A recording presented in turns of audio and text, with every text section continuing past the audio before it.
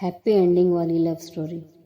Arrange marriage बोले तो पूनम और अक्षय दोनों ही अनजान थे। उनकी शादी दोनों के परिवार वालों ने मिलकर पक्की की। दोनों ही मिडिल क्लास परिवार से थे। अभी अरेंज मैरिज है तो देखने दिखाने की प्रोसेस तो होगी ही। यह अक्टूबर की बात है।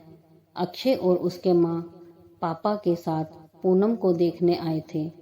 पूनम एक काफ़ी सुंदर लड़की थी। अक्षय को वह पहली नज़र में ही बहुत पसंद आई।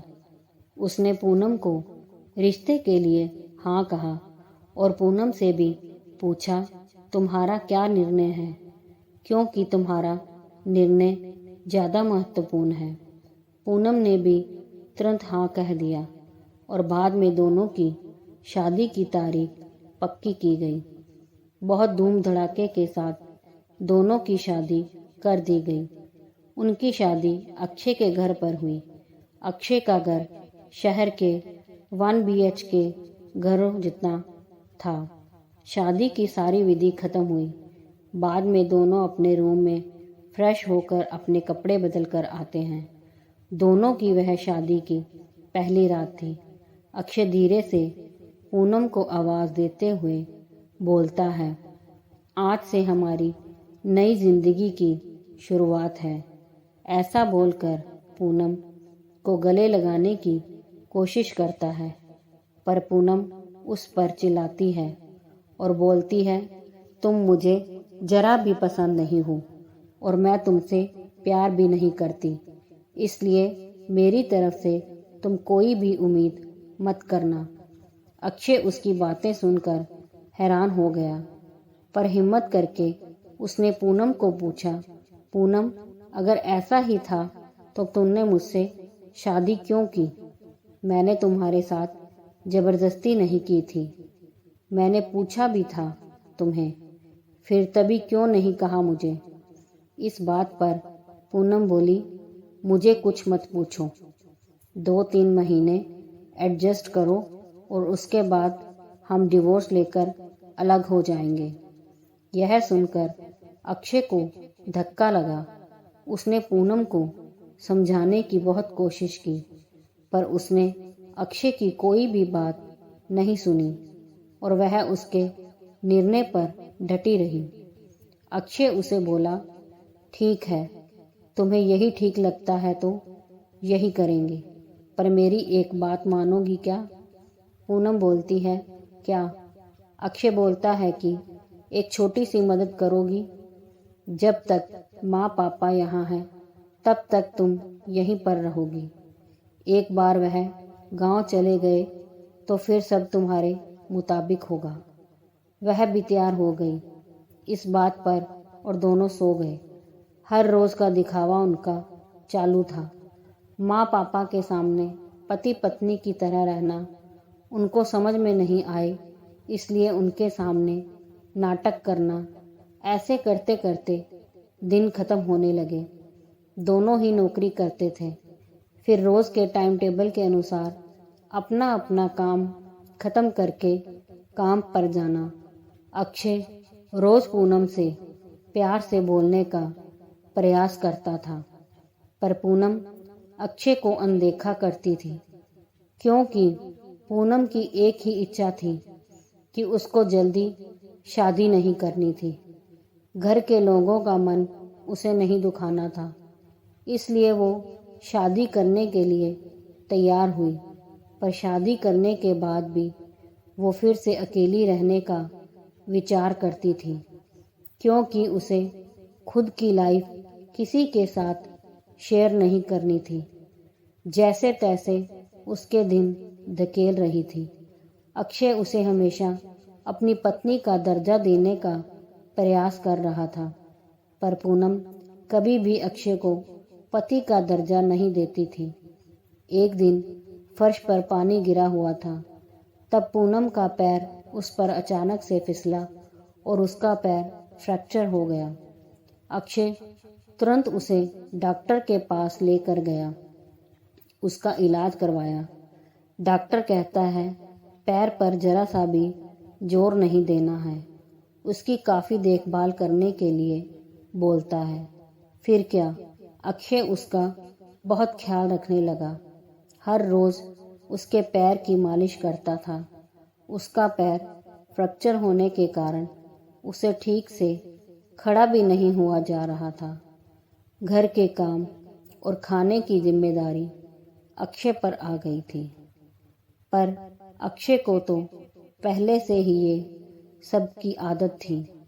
इस वजह से उसे कोई दिक्कत नहीं थी।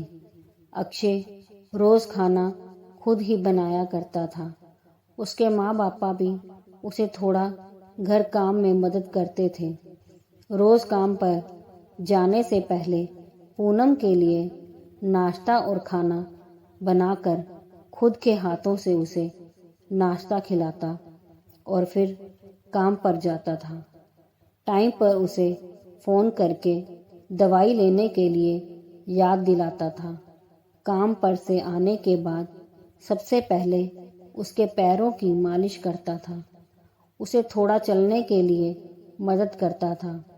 कोई भी काम हो उसके लिए मन से करता था। फिर भी वह अक्षय को प्यार से नहीं बुलाती थी।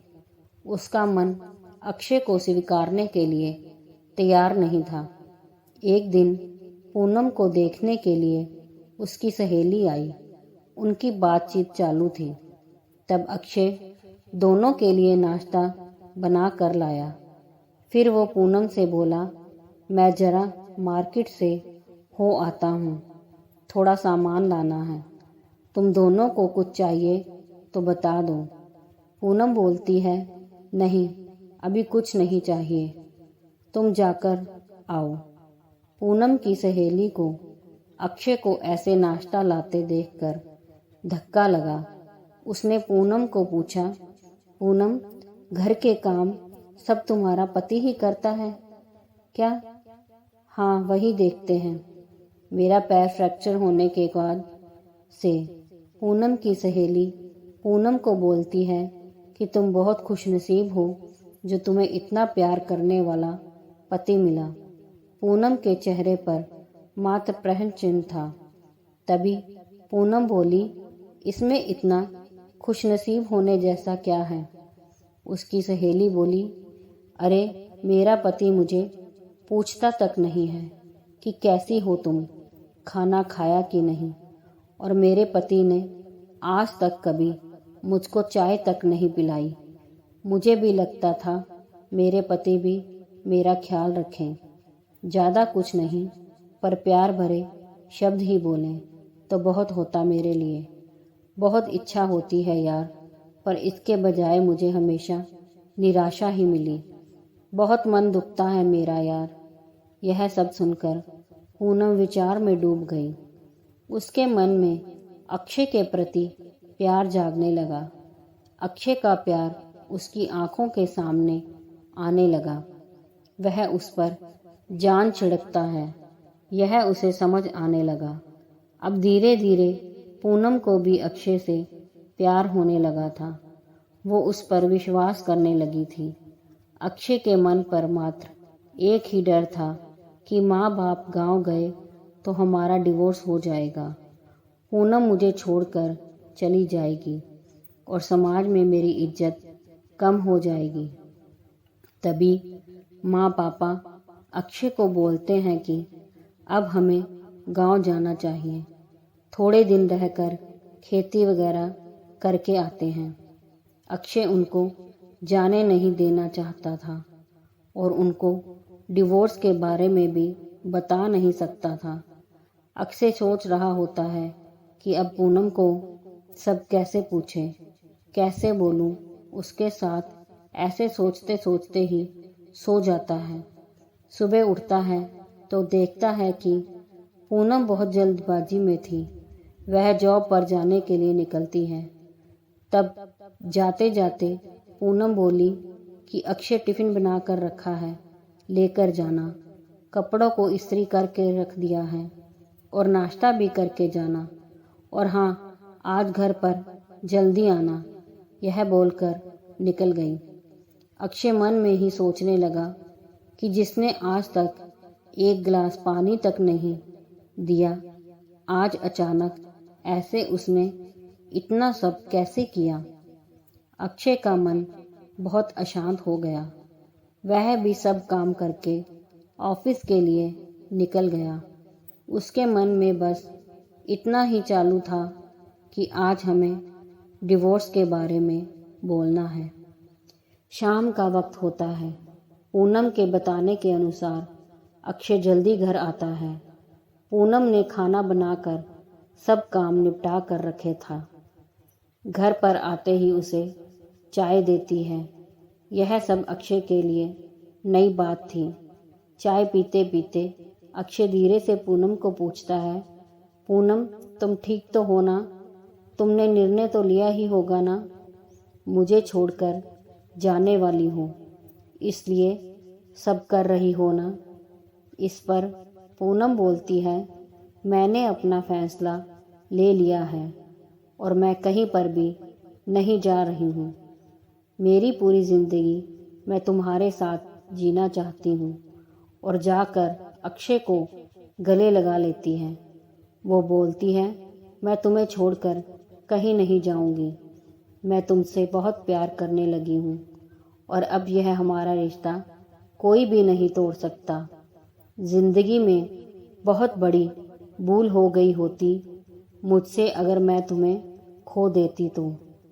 अरेंज मैरिज करके भी तुम्हारे जैसा इतना प्यार करने वाला पति मुझे मिला, यही मेरी खुशनसीबी है।